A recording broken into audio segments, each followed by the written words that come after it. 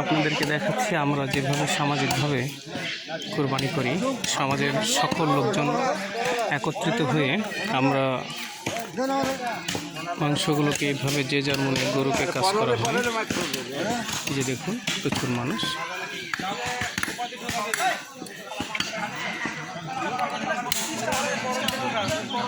এভাবে আমাদের বড়গাছি ইউনিয়নের আমির সাহেব কসাই রূপ ধারণ করেছেন। এই যে দেখছেন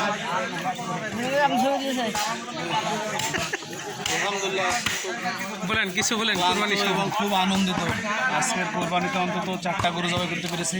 আলহামদুলিল্লাহ। খাসি জবাই করেছি, নিজের সম্পূর্ণ খাসি কুবাইছি আলহামদুলিল্লাহ।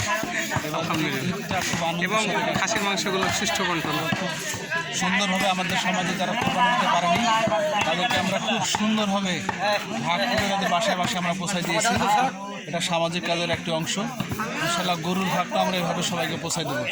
আমাদের সমাজে এমন একটা পরিবার বাকি থাকবে না যাদের বাসায় মাংস পৌঁছাবে না, এবং পর্যাপ্ত পরিমাণে মাংস পৌঁছাবে ইনশাআল্লাহ। ওয়ালাইকুম আসসালাম রাহমাতুল্লাহ। প্রিয় দর্শক, আমরা বড়গাছি ইউনিয়নের বাংলাদেশ জামাতে ইসলামের আমিরের বক্তব্য শুনলাম। এখন তিনি গোশ কোয়াচ্ছেন এবং তিনি এই মহান উদ্যোগ নিয়েছেন। তার এই দায়িত্ব গ্রহণের কারণে আমরা সুষ্ঠুভাবে মাংসগুলো। চাচা, আপনি কিছু বলবেন? আমি কে বলবো, মুরব্বী মানুষ কুবাত তো হয়রান হয়ে গেলাম। হ্যাঁ, ছেলেপেলেরা সব দূরে দূরে আছে। আচ্ছা আচ্ছা, আমার চাচা এটা। এবং আলহামদুলিল্লাহ ইসলাম চাচা যে আপনার গোস্ত পিস করতে একেবারে পাকা হাত, এই হাতটাকে আপনারা পাকা হাত বলতে পারেন। খুব দারুণভাবে গোস্তের পিস করেন কাকা। আমরা ওই নামটা না হয় নাই বললাম, যে নামটা সচরাচর পরিচয়। বহনায় আপনি তো সব নড়চড় করে দেন। প্রিয় দর্শক, আপনারা এই যে দেখছেন আরেকটা গরুর কাজ চলতেছে এখানে। আনোয়ার ভাই, আসসালামু আলাইকুম। কি অবস্থা ভাই? ওয়ালাইকুম আসসালাম রহমতুল্লাহ। শেষ পর্যায়ে জি, আর কতক্ষণ লাগতে পারে ভাই? তো আশা করছি আর 30-40 মিনিট আলহামদুলিল্লাহ। 2025 সালের কুরবানির মাঠটা কেমন মনে হলো আপনার কাছে? আলহামদুলিল্লাহ অনেক সুন্দর পরিবেশ চলছে। জি, এখন পর্যন্ত আলহামদুলিল্লাহ ভালো আছে। জি জি জি, আমরা আশা রাখতে পারি যে শেষ পর্যন্ত ভালো হবে ইনশাল্লাহ।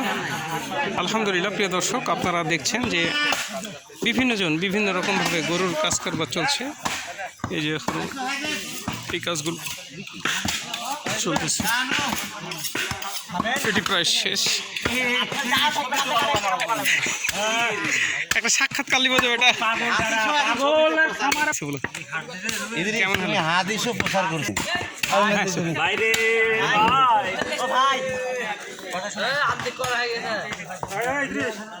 আমার লাগে একটা হাত দেখবেন, বুঝলেন?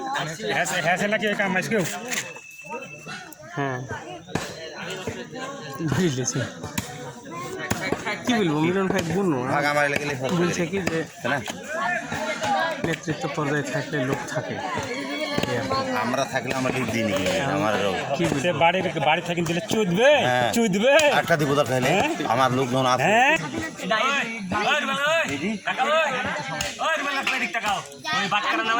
দর্শক, এই গরুর কাজটা প্রায় শেষ হয়ে গেছে। আমাদের বিলাত ফেরত রকি বেটা হাজিও বলা যায়, আমরা হজ করেছি।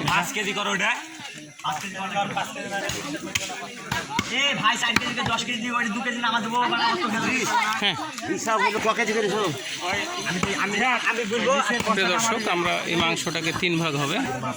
1 ভাগ সমাজে যাবে, আর বাকি 2 ভাগ যারা ভাগিদার আছে তারা সকলেই নিজ আত্মীয় স্বজন এবং নিজেদের বাসার জন্য নিয়ে রাখবে আর কি। একটা দেখলাম, এটা আমাদের বিলেত ফেরত, সৌদি আরব ফেরত হাজি মোহাম্মদ রকি বেটা। বেটা কিছু বলেন আপনি একটু? বাবা, গরমে অধৈর্য লেগেছে। যে মাংসগুলো বাড়িতে পাঠানো হবে এটা কি সঠিক? কি জানি, বলেন। ওইটারই আপনি বর্ণনা দেন। আচ্ছা আচ্ছা, আমার এক ভাই জানতে চেয়েছে যে গরু জবাই করার পরে কিছু মাংস মানুষ খাওয়ার জন্য বাসায় আগে নিয়ে যায় 1 কেজি বা 2 কেজি, এটা কতটুকু জায়েজ আছে? আমরা যদি কেউ জেনে থাকেন, আমার সাথে তো অনেক হাফেজ আছেন, অনেক হুজুর মানুষ আছেন, আমাদের মসজিদের ইমাম সাহেবও আছেন, প্লিজ ভাই আপনি কমেন্টে জানাই দেবেন বিষয়টা।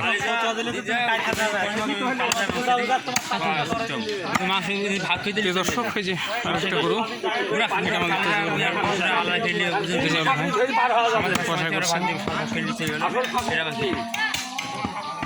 বিষয় জানতে হবে।